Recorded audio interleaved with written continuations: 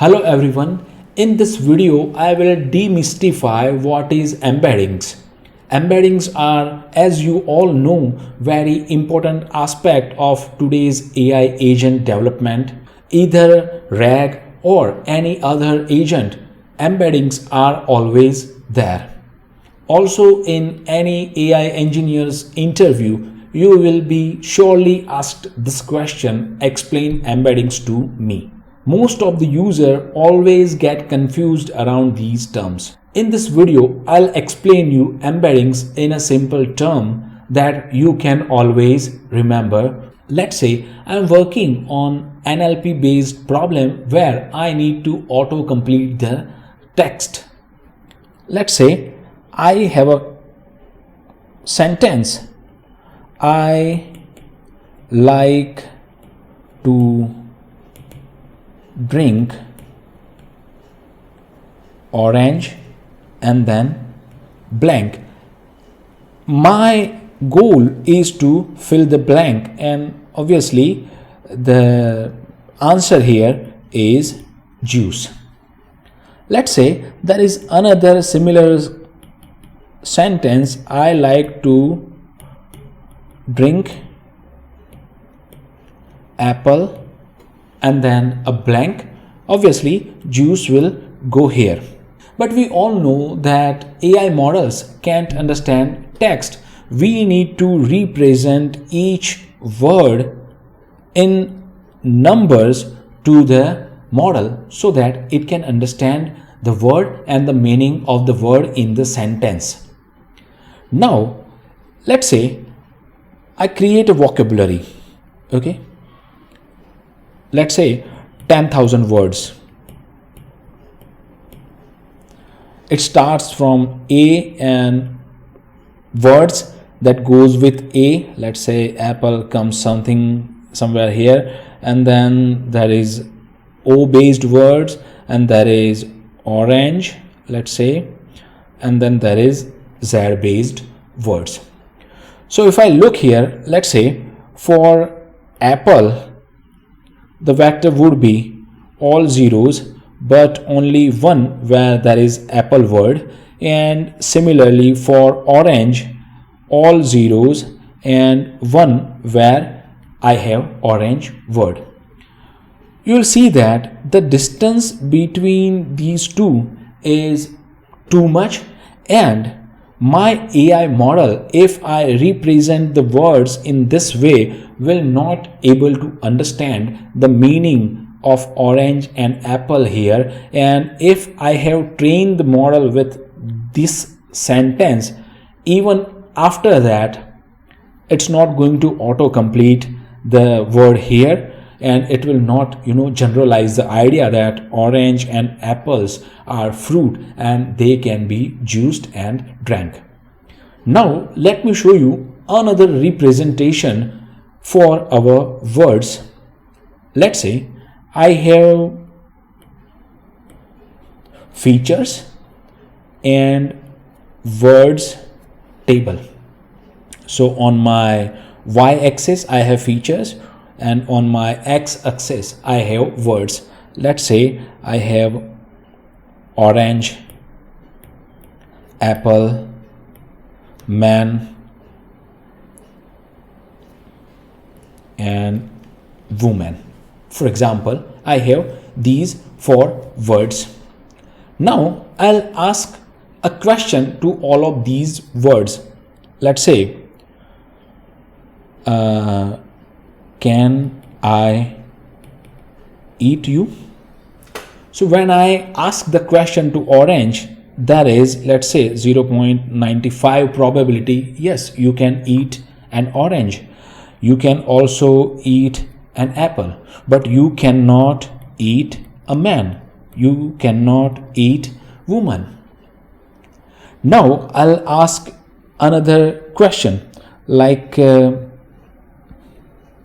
how do, or let's say are you a fruit? So the probability will be like yes 0.99, yes 0.98, this will be very less because man and women are not fruit. In this way, let's say I ask lots of questions, okay, lots of questions. Those questions will generalize the idea about each word: orange, apple, man, woman, and lots of other, let's say 10,000 words. So now I'll have, let's say, another kind of representation. Let's say there are 300 features I have selected. Then I'll have a 300 dimensional vector that will represent the orange word. Again, I'll have another 300 dimension, 300 dimension that will represent apple and each word in the sequence. Now you'll see that these two words are, or basically these two vectors are very similar.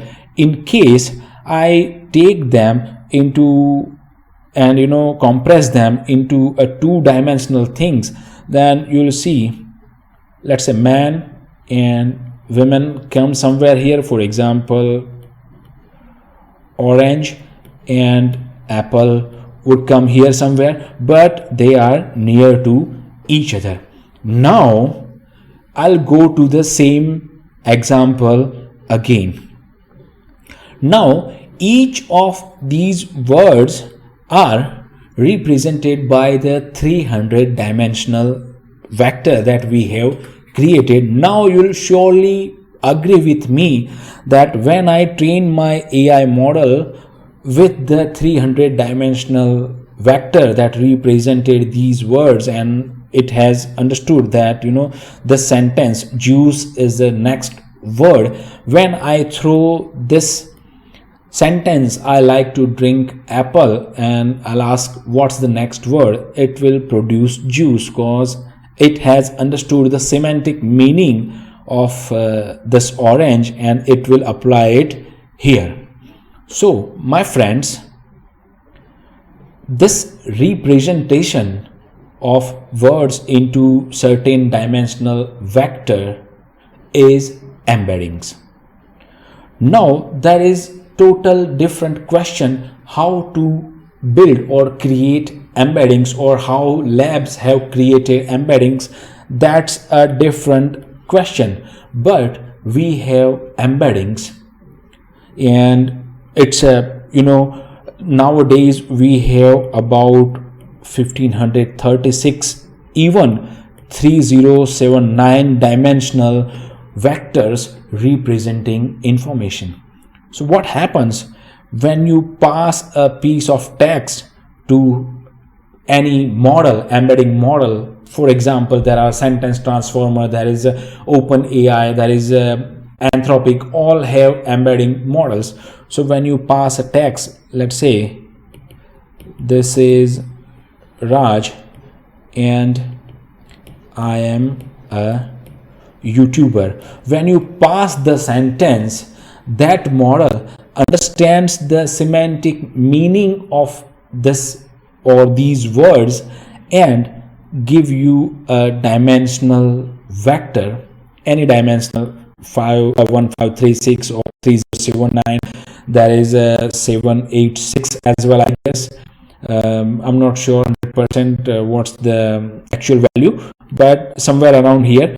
So you will get a dimensional, some x dimensional vector in return when you pass this text to embedding model. And this is, my friend, embedding. You store this into a vector database, then you can, when want to retrieve the information, you have a question, convert that into the same dimensional embedding, then again go to this vector data store and do cosine similarity and find the similar vectors. And this is how, my friends, embedding help you build RAG application, and this is what embeddings are. I hope you have gained structured information about embeddings, and you can now explain what embeddings are. In case still if you have any questions about embedding, let me know into the comment section. I'll surely help you. Finally, I hope you have gained some knowledge, and in case you do so, consider subscribing to my channel. That helps.